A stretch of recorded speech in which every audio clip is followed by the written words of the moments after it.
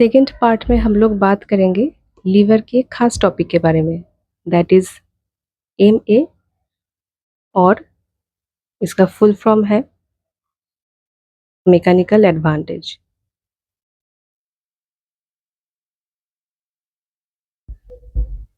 Now the efficiency of a force in relation to a lever depends upon two factors. Force का जो efficiency होगा वो दो चीज़ों पे डिपेंड करेगा।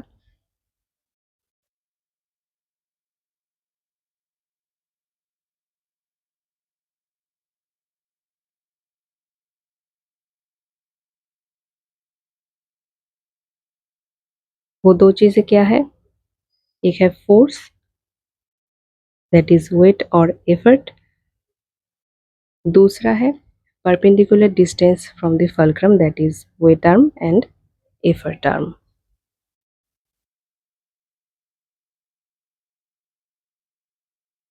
अब इन दोनों का प्रोडक्ट और इन दोनों को अगर मल्टीप्लाई करेंगे तो हम लोगों को मिलेगा मोमेंट ऑफ फोर्स और टॉर्क।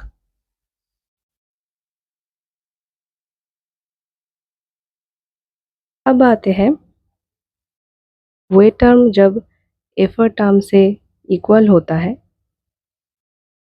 तब हमको क्या करना पड़ेगा?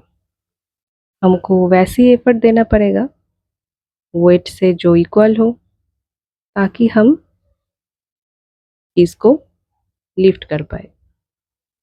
An effort of a magnitude equals to of weight is needed to lift it.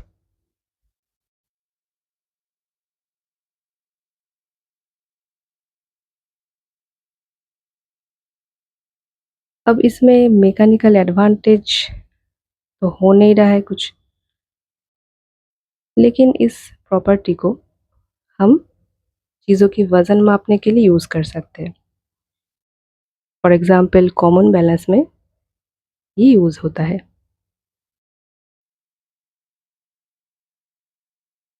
No advantage but use in measuring weight.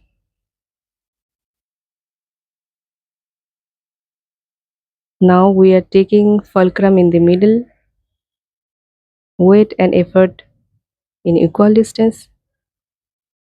Wait अगर 10 केजी होगा तो एफर्ट भी हम लोगों को 10 केजी का ही लगाना पड़ेगा, क्योंकि ये इक्वल डिस्टेंस पे है। 30 सेंटीमीटर, इस तरफ भी 30 सेंटीमीटर।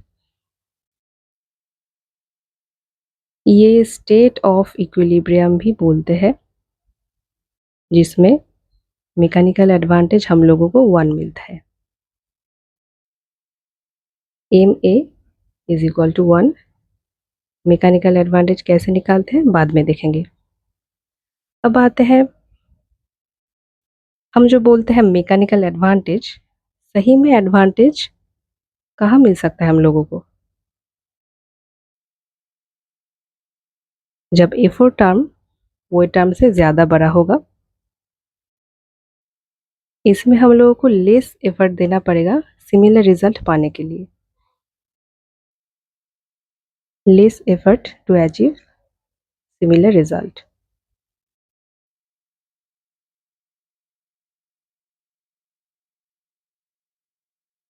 फल्क्रम से जब एफर्ट दूरी पे रहेगा तब ऑटोमेटिकली हम लोगों को मैकेनिकल एडवांटेज मिलेगा।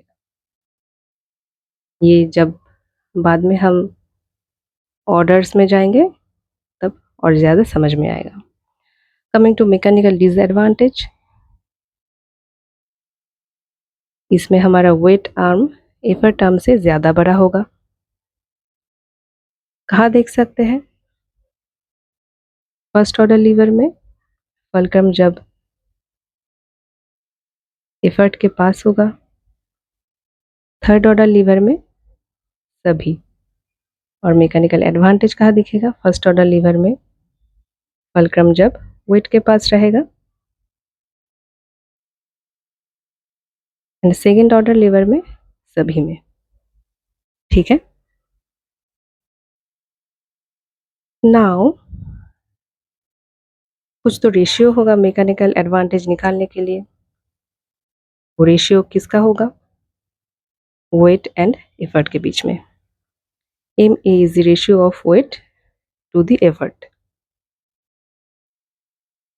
फॉर्मूला में लाए तो M is equal to weight by effort और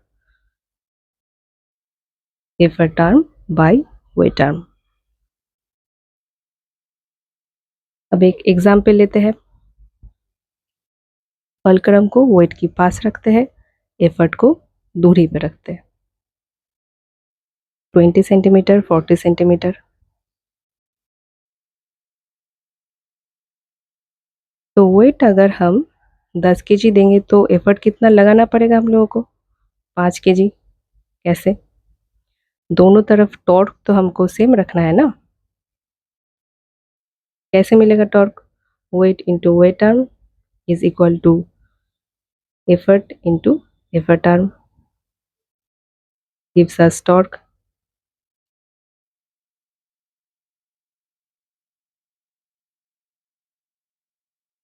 तो मोमेंट ऑफ फोर्स कितना हो रहा है इधर? 10 kg into 20 centimetre,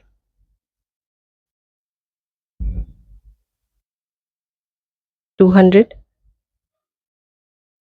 similarly 40 into 5 kg also 200। दोनों तरफ सेम है, प्रोडक्ट ऑफ दिस टू सेम होगा।